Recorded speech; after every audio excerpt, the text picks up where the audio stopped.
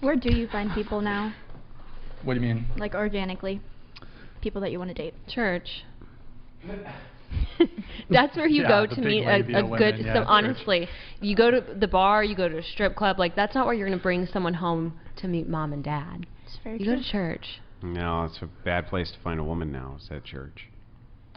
Why? Terrible place. Well, because what happens is But you can't go to that church there's what's anymore. called the Great Hoe Reformation. Oh. And so here's how this works. Uh-oh, I'm not going to like this, I'll tell you right now. What happens is there's a lot of women out there who are getting into their 30s and their mid-30s, and they've realized that they have ridden what we like to refer to as the carousel, and they did it for a long time. It's true. They couldn't find a guy, and so in their 30s now, they're kind of screwed. And so what they do is they reform and find Jesus, and then go to the church, and then when they're at the church, they try to meet guys. And that's really a big problem, and it's going on all over the place now. But is it a problem if they really find Jesus? Is that a problem? Yeah, it's a problem, because what they'll do is they'll cover themselves behind "Don't judge me."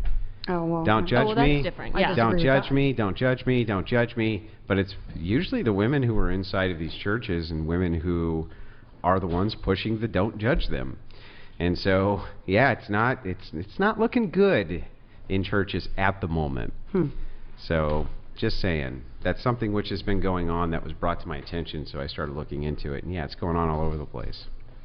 So it's like a pandemic of women like faking coming to Jesus and just going to church to find a good Jesus I'm not even man? sure that they're faking, right? Maybe they're coming for all the right reasons, but it really doesn't change the fact that I don't think that if a man in his 20s and 30s doesn't want to marry a former prostitute because she converted to Christianity, he probably doesn't need to. We should use righteous judgment for one.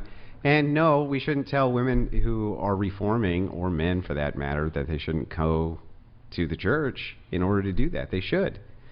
But that doesn't mean that their past gets erased. Right. It's this born again, I'm a born again virgin, I'm pure now, all that shit, trying to put that on men, like they almost seem like they're pushing it as an ought, like you ought to marry them because now they're pure again. Who are you to judge them, type of thing. Yeah. And I think it's perfectly fine for Christians to say, I have the preference not to marry a prostitute. I think that that's fine, and it's okay. It's okay to reform, and it's a good thing. You should get married even if you're reformed. I think that that's fine. All that's fine. I'm just saying that Christian men should still have the preference to be like, yeah, I'm not going to marry a chick who is a prostitute. You know what I mean? I think that's fine. Yeah, absolutely.